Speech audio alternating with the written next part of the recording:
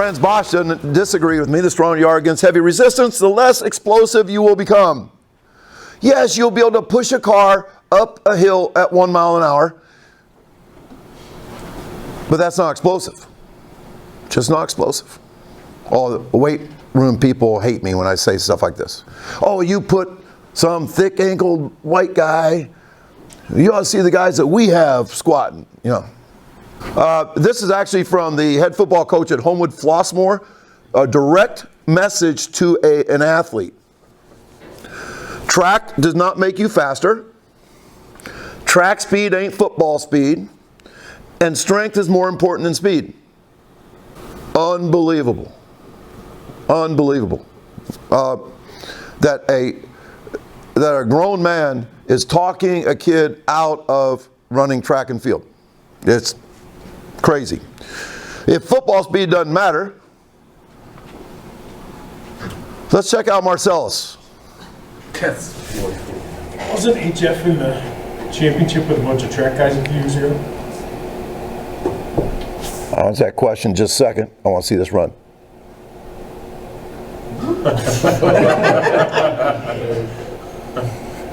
the announcer says, Joliet Central just doesn't have an answer for Marcellus Moore. As a, 140-pound sophomore? Yeah. Yeah. So, what was your question again? HF was in the state title game 2 years ago with a bunch of guys who... 2 track kids. They've never had a thrower on the football team compete on the track team. The coach is a total whack job. He hates me. I don't know why. I mind my own business.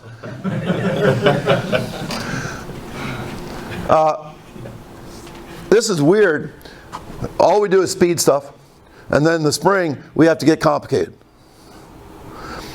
We try to, stay healthy. We have to do some lactate work. We have to really focus on recovery because meets are so hard on people. Now I'm going to end with a brief discussion. One of the weird things about when you get lucky and win a couple races or something, you start getting these random emails. Like I got an email from an Austrian last week named Alexander Bennis. And he was a professional hockey player for Austria until he had a terrible accident as a hockey player and broke his neck and went paralyzed neck down. And now he has found new life living through his own kid, who is a 11-year-old BMX athlete. And he wanted a speed expert from another country to fix his training for his. So I had to learn what BMX was. You know what it is? It's like the hills, little bikes. They go real fast for like 35 seconds. So it makes you think, like, how do you feed the cats? On a bike. On a bike. But these are good, these are cool things. These are some. Oh, this is what BMX is. He sent me this. I kept picturing Marcellus doing this. That'd be an interesting thing, though. Would Marcellus, that great neuro system, maybe, if he doesn't grow any, this might be his sport. So anyway, it's a 35-second bike sprint with lots of accelerations. He sent me the training plan that they did. It was like 3 hours a day. It was like 2 hours in the weight room, up hills, downhill, all this crazy stuff. So this is the things I came up. Overarching: work less but faster, more intense. Tired is the enemy, not the goal. Once again, I'm trying to plug in my ideas into another sport. To like maybe some of you are like lacrosse people or something. So this is probably what I'd tell you too. Go to a hard, easy concept. Remember that hard, easy, Bowerman's the guy that came up with hard, easy a long time ago, because he said that if we practice in third gear every day, going hard, third gear every day, no world records. The only way we challenge for world records is if we're running world record type of push the speed type of stuff. How do we do that? We do that by prioritizing rest the day before. That's hard for coaches to do because every day is a hard work day. The grind. Wake up and grind. Emphasize max speed. Prioritize it. Max speed needs to become the only priority. And he said back, we don't ever do max speed in BMX because we're always uphill and downhill. It's all accelerations. Same thing football coaches say. But the max speed neurological benefits is something that I believe everybody should be doing. How would I train a volleyball player? Max speed. Wait, all they do is max speed. Slows the game down. They become better jumpers. How would I train, I'm trying to think other weird things. Oh, basketball players. They are never full speed because the basketball court is 94 feet long. You cannot get to top speed. But if you improve your top speed, like Josh Bonhoddle, who spoke here, Purdue S&C guy, who made max speed the #1 priority in the off season, he believed it improved their sub-max speed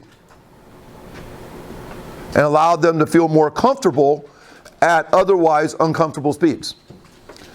And the everything slows down when you're faster. So I would train everybody like this. Maybe not baseball, golf. I don't think I'd train golfers like this, but. Would it be too far to say that the faster you got at sprinting, the faster you'll be able to pedal a bike? I think it's neurological. Yeah. That's what I think. And you know what? Nobody knows. Dr. Ken Clark is one of the smartest people I know. And I bet he's wrong on some things. Eric Corum, super smart. I bet he's wrong on some things. I mean, there is no way to scientifically double-blind test any of these things. These are just my ideas. Everybody wants to lift. But remember, the one thing that lifting does, it trains you to be a lifter. The one thing that pushing heavy sleds for sure helps you to do is to push heavy sleds. In my speed training, we don't push or pull anything ever.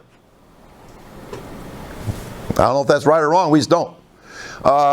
People say, do you believe in overspeed training? I said, hell yeah, we run with the wind. Every time it's windy, we run with the wind. The windier, the better.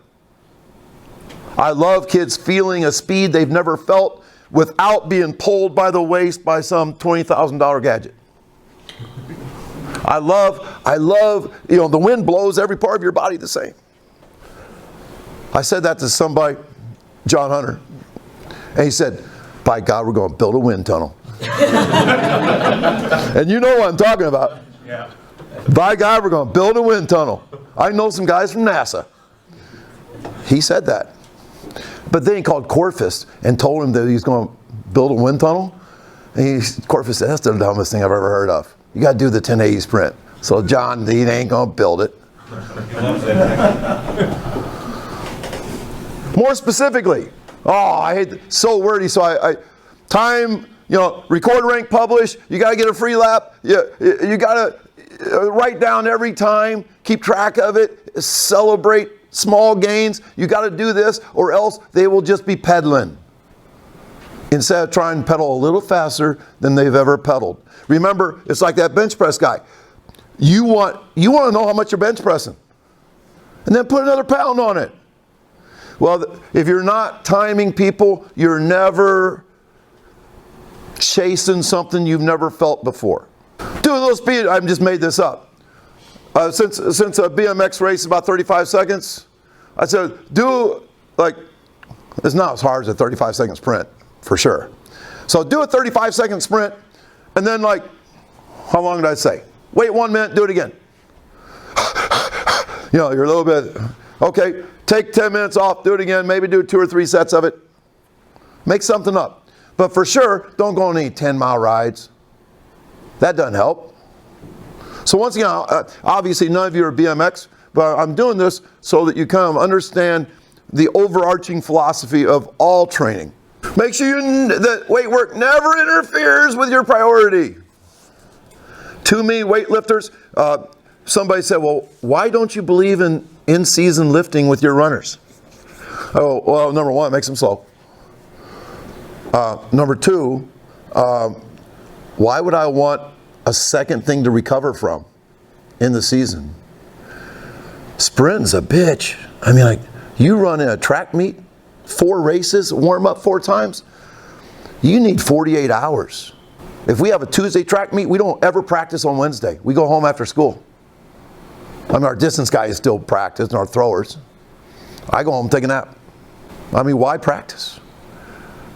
So, if you make speed your priority, which I think speed's the most important thing in BMX, you would never allow weightlifting to crush your body for 48 hours, causing a bad practice or, Never do endurance-specific work. Now, would some of the things that we do, would Cal Dietz call them aerobic in nature? Sure. Eric Corum, aerobic capacity, whatever, sure. But don't ever go on that 6-mile ride. I used to say, my college track coach who didn't know anything, used to send our sprinters, me, on a 6-mile run on Mondays. And he said it was good for our hamstrings. And it was. None of us were fast enough to pull a hamstring. You know what I'm saying?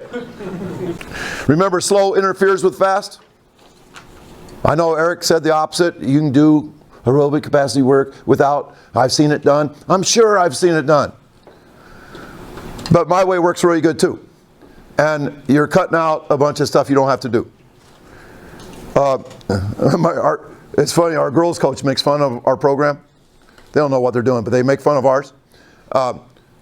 They get out of their team meeting when we get out of practice. It's like a Girl Scout troop or something, you know? I'm serious. They have like a 45-minute meeting, and we have a 35-minute practice. Instead of piling on training, understand going to sleep 1 hour earlier, blah, blah, blah, yep.